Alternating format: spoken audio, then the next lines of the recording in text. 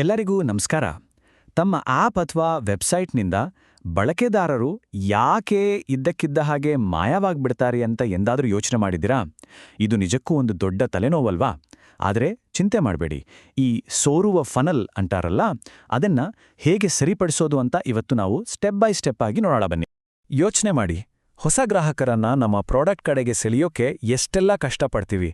ಆದರೆ ಅವರು ನಮ್ಮ ಜೊತೆ ಹೆಚ್ಚು ದಿನ ಇರಲಿಲ್ಲ ಅಂದ್ರೆ ಆ ಎಲ್ಲ ಪ್ರಯತ್ನ ವ್ಯರ್ಥ ಅಲ್ವಾ? ಹಾಗಾದ್ರೆ ಅವರ ಈ ಜರ್ನಿಯಲ್ಲಿ ಅವರು ಎಕ್ಸಾಕ್ಟಾಗಿ ಎಲ್ಲಿಂದ ಕಳೆದೋಗ್ತಿದ್ದಾರೆ? ಇದೇ ನಮ್ಮ ಇವತ್ತಿನ ತನಿಖೆಯೇ ಮುಖ್ಯ ಪ್ರಶ್ನೆ.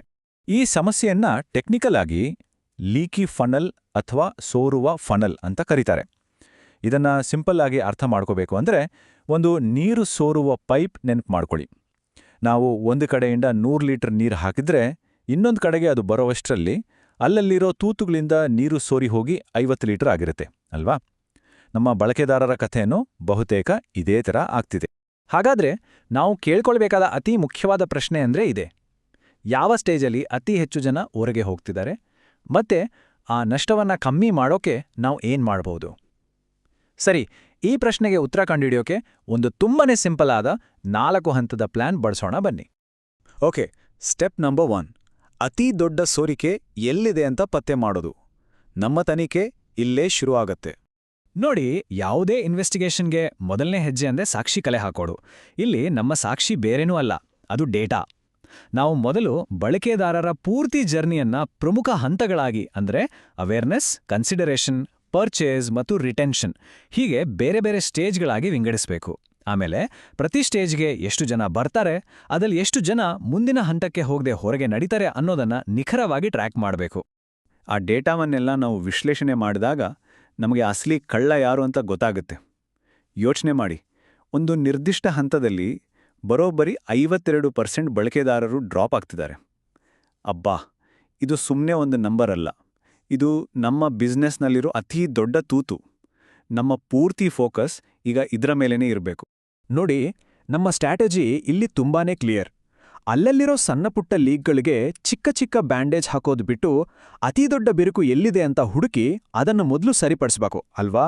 ಅದೇ ನಿಜವಾದ ಸ್ಮಾರ್ಟ್ ವರ್ಕ್. ಸರಿ, ಈಗ ಎರಡನೇ ಹಂತ, ಏಕೆ ಅನ್ನೋದನ್ನ ಕಂಡುಹಿಡಿಯೋದು. ಲೀಕ್ ಎಲ್ಲಿದೆ ಅಂತ ಗೊತ್ತಾಯ್ತು, ಆದರೆ ಆ ಲೀಕ್ ಯಾಕಾಗ್ತಿದೆ ಅಂತ ಆಳವಾಗಿ ಇನ್ವೆಸ್ಟಿಗೇಟ್ ಮಾಡೋ ಟೈಮ್ ಈಗ. ಸಾಮಾನ್ಯವಾಗಿ ಬಳಕೆದಾರರು ಹೊರಗೆ ಹೋಗೋಕೆ ಕೆಲವು ಕಾಮನ್ ಕಾರಣಗಳಿರ್ತವೆ. ಇವುಗಳನ್ನು ನಮ್ಮ ಪ್ರಮುಖ ಶಂಕಿತರು ಅಂತಾನೆ ಕರಿಬೋದು. ಉದಾಹರಣೆಗೆ, ಯೂಸರ್ ಎಕ್ಸ್ಪೀರಿಯನ್ಸ್ ತುಂಬಾ ಕನ್ಫ್ಯೂಸಿಂಗ್ ಆಗಿರ್ಬೋದು, ಇಲ್ಲಾಂದ್ರೆ ನಾವು ಕೊಟ್ಟಿರೋ ಪ್ರೈಸಿಂಗ್ ಬಗ್ಗೆ ಸ್ಪಷ್ಟತೆ ಇಲ್ದಿರ್ಬೋದು, ಅಥವಾ ನಮ್ಮ ಸೈಟ್ನಲ್ಲಿ ಏನಾದ್ರೂ ಟೆಕ್ನಿಕಲ್ ಗ್ಲಿಚ್ ಇರ್ಬೋದು. ಇವುಗಳಲ್ಲಿ ಅಸಲಿ ಕಾರಣ ಯಾವುದು? ಈ ಅಸಲಿ ಕಾರಣವನ್ನ ಪತ್ತೆ ಹಚ್ಚೋಕೆ ನಮಗೆ ಕೆಲವು ಸ್ಪೆಷಲ್ ಡಿಟೆಕ್ಟಿವ್ ಟೂಲ್ಸ್ ಬೇಕು. ಹೀಟ್ ಮ್ಯಾಪ್ಗಳನ್ನೇ ಬಳಸಿದ್ರೆ ಬಳಕೆದಾರರು ಎಲ್ಲಿ ಹೆಚ್ಚು ಕ್ಲಿಕ್ ಮಾಡ್ತಿದ್ದಾರೆ, ಎಲ್ಲಿ ಗಮನ ಕೊಡ್ತಿದ್ದಾರೆ ಅಂತ ಗೊತ್ತಾಗುತ್ತೆ. ಸೆಷನ್ ರಿಪ್ಲೇಗಳಂತೂ ಅವರ ಆಕ್ಟಿವಿಟಿಯನ್ನ ಒಂದು ವಿಡಿಯೋ ಥರಾನೇ ತೋರಿಸುತ್ತೆ. ಎಲ್ಲಕ್ಕಿಂತ ಮುಖ್ಯವಾಗಿ ಎಕ್ಸಿಟ್ ಸರ್ವೆಗಳ ಮೂಲಕ ನೇರವಾಗಿ ಅವರನ್ನೇ ಕೇಳ್ಬಿಡಬಹುದು, ಯಾಕೆ ಹೋಗ್ತಿದ್ದೀರಿ ಅಂತ. ಅದರಿಂದ ಸಿಗೋ ಸುಳಿವುಗಳು ತುಂಬಾನೇ ಅಮೂಲ್ಯ. ಓಕೆ, ಈಗ 3ನೇ ಹಂತಕ್ಕೆ ಬರೋಣ: ಆಪ್ಟಿಮೈಸೇಷನ್ ಪ್ಲಾನ್. ಅಂದ್ರೆ ಕಾರಣ ಗೊತ್ತಾದ್ಮೇಲೆ ಅದನ್ನ ಸರಿಪಡಿಸೋಕೆ ಒಂದು ಕ್ಲಿಯರ್ ಆದ ಬ್ಲೂ ಪ್ರಿಂಟ್ ರೆಡಿ ಮಾಡೋದು. ನೋಡಿ, ಒಂದು ಒಳ್ಳೆ ಆಕ್ಷನ್ ಪ್ಲಾನಲ್ಲಿ ಈ 4 ಅಂಶಗಳು ಇರಲೇಬೇಕು. ಮೊದಲನೇದಾಗಿ, ಸಮಸ್ಯೆಗೆ ಏನು ಪರಿಹಾರ ಕೊಡಬಹುದು ಅಂತ ಐಡಿಯಾಗಳನ್ನ ಲಿಸ್ಟ್ ಮಾಡೋದು. ಎರಡನೇದಾಗಿ, A/B ಟೆಸ್ಟಿಂಗ್ ಮೂಲಕ ಯಾವ ಐಡಿಯಾ ಬೆಸ್ಟ್ ವರ್ಕ್ ಆಗುತ್ತೆ ಅಂತ ಪರೀಕ್ಷೆ ಮಾಡೋದು. ಮೂರನೇದಾಗಿ, ಈ ಕೆಲಸದ ಜವಾಬ್ದಾರಿ ಯಾರ್ದು ಅಂತ ಕ್ಲಿಯರ್ ಆಗಿ ಡಿಸೈಡ್ ಮಾಡೋದು. ಮತ್ತು ಕೊನೆಯದಾಗಿ, ಈ ಬದಲಾವಣೆಯಿಂದ ಡ್ರಾಪ್ ಆಫ್ ರೇಟ್ ಎಷ್ಟು % ಕಮ್ಮಿ ಆಗಬೇಕು ಅನ್ನೋ ಒಂದು ಸ್ಪಷ್ಟ ಗುರಿಯನ್ನ ಸೆಟ್ ಮಾಡೋದು. ಮತ್ತು ಈಗ ನಮ್ಮ ಕೊನೆಯ ಹಾಗೂ 4ನೇ ಹಂತ, ಇಂಪ್ಯಾಕ್ಟ್ ಮೆಷರ್ ಮಾಡೋದು. ಅಂದ್ರೆ ನಾವು ಮಾಡಿದ ಬದಲಾವಣೆ ನಿಜವಾಗ್ಲೂ ವರ್ಕ್ ಆಯ್ತಾ ಇಲ್ವಾ, ರಿಸಲ್ಟ್ ಚೆಕ್ ಮಾಡೋ ಟೈಮ್. ಇಲ್ಲಿದೆ ನೋಡಿ ನಮ್ಮ ಇಷ್ಟು ದಿನದ ಶ್ರಮದ ಫಲ. ಬದಲಾವಣೆ ಮಾಡೋಕ್ಕೂ ಮುಂಚೆ ಡ್ರಾಪ್ ಆಫ್ ರೇಟ್ ಎಷ್ಟೊಂದು ಹೆಚ್ಚಿತ್ತು, ಆದರೆ ನಮ್ಮ ಆಕ್ಷನ್ ಪ್ಲಾನ್ ಜಾರಿಗೆ ಬಂದ್ಮೇಲೆ ಅದು ಗಮನಾರ್ಹವಾಗಿ ಕಡಿಮೆ ಆಗಿದೆ. ಈ ಬಿಫೋರ್ ಆಫ್ಟರ್ ಹೋಲಿಕೆನೇ ನಮ್ಮ ಸಕ್ಸಸ್ಗೆ ಅಸ್ಸಲು ಪ್ರೂಫ್. ಹಾಗಾದ್ರೆ ಯಶಸ್ಸು ಅಂದ್ರೆ ಏನು?